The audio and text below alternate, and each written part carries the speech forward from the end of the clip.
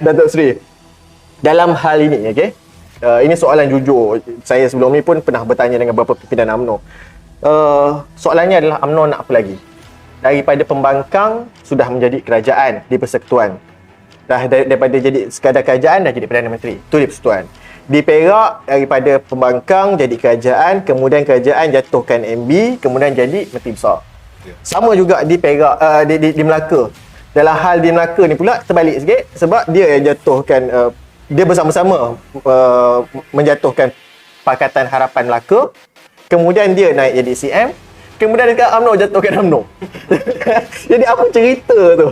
Kongsikan sikit. Saya kata, bila saya cakap mungkin Wabi William tak setuju, Datuk Dollah Sani tak setuju. Saya dah katakan UMNO itu parti keramat. Jangan sesiapa cuba menderhaka. Jangan sesiapa. Ini masalahnya Idris Harun.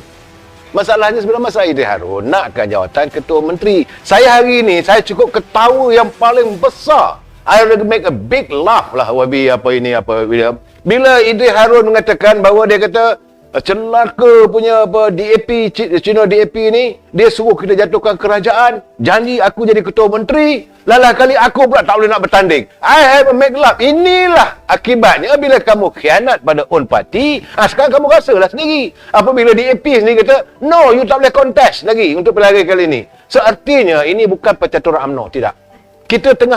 Saya sebab itu, saya 3-4 malam dulu pun saya dah bercakap. Ini adalah satu dosa yang paling besar dilakukan oleh Harun Idris dan 3 orang tu. Wabi beliau, okey, lepas tu 2 orang lagi tu, dia orang ESCO. Dia anggota kerajaan negeri, Wabi.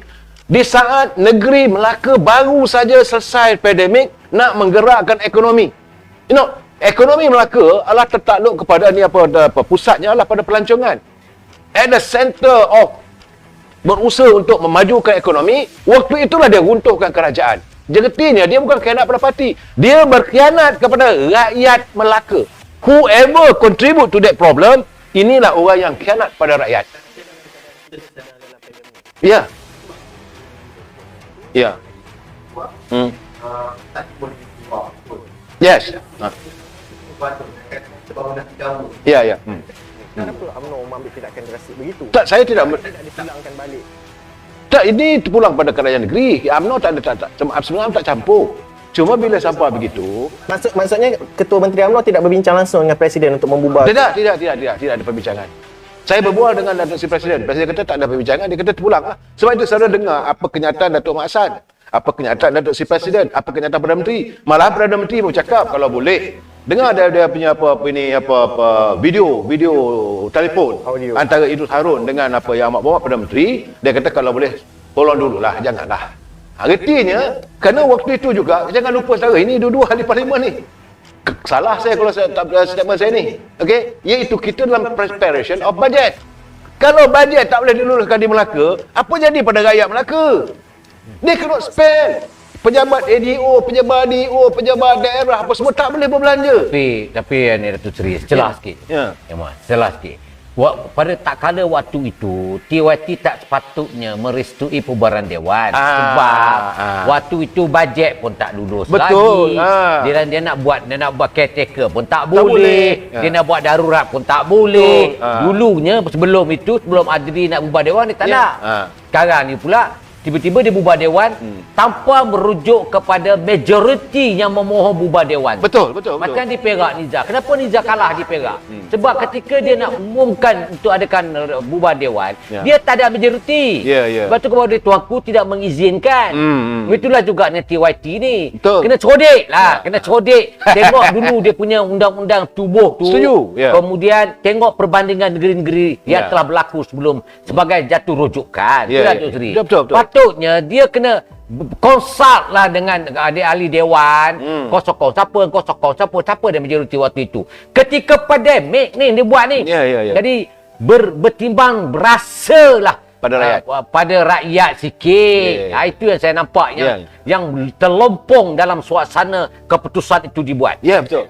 Dan sebab itu saya nak jawab tadi bahawa Perdana Menteri sendiri kata hold on dulu. Cuba dengar, ada Perdana Menteri bercakap bagi tahu kat Idris Harun, hold on dulu. Tapi dia cakap, no. Dia kata, DAP dah setuju, I jadi Ketua Menteri. Ini your own desire. Dia punya sendiri nak jadi ketua menteri, I will proceed. Itu masalah saya. Lanjutkan soalan kepada Datuk. Mungkin Datuk nak respon ataupun mungkin Datuk boleh respon, dan saya nak sentuh satu perkara tentang Idris Harun tadi.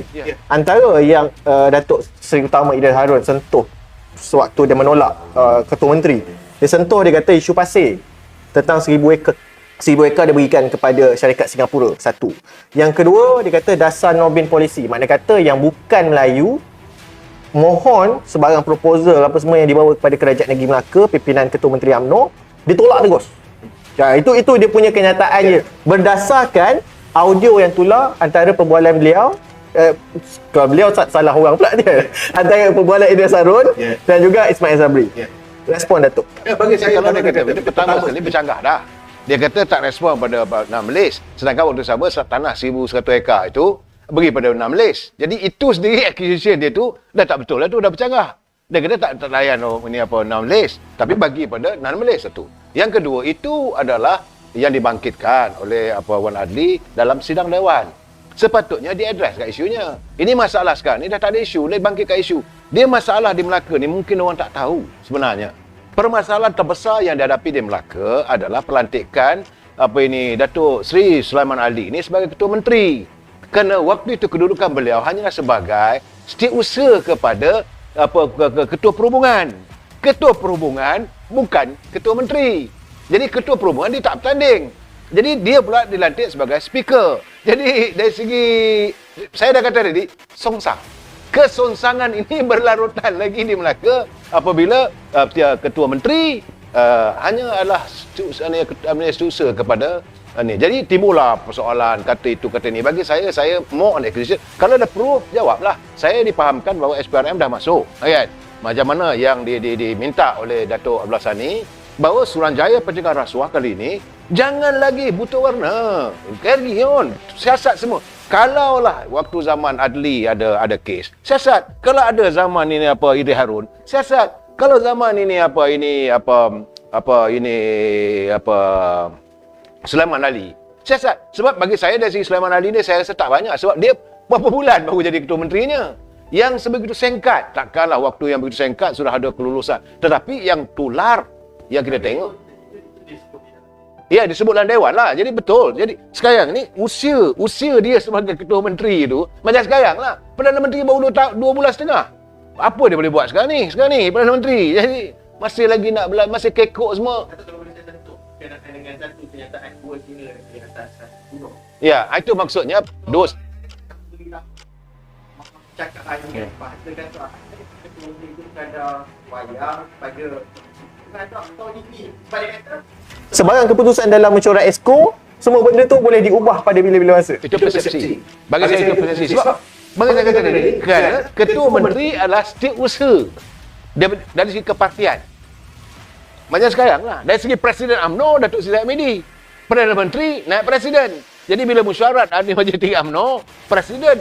Tapi bila run the country, Ismail Sabri sebagai naik Presiden. Ini yang saya katakan, kesongsangan sedang berlaku dalam era demokrasi negara kita ini. So saya mengharapkan bahawa pilihan raya kali ini once and for all kita let's clear up. Itu yang boleh dapat lakukan. Sekarang ni nak kenang balik belakang, nak duduk. Sekarang ni Idris Harun jangan lupa berpuluh acquisition yang ada. Ya, so ada macam Inggeris patah Inggeris mengatakan the kettle don't call the pot is black. Janganlah buntut ceri itu nak menyebut bahawa periuk itu hitam.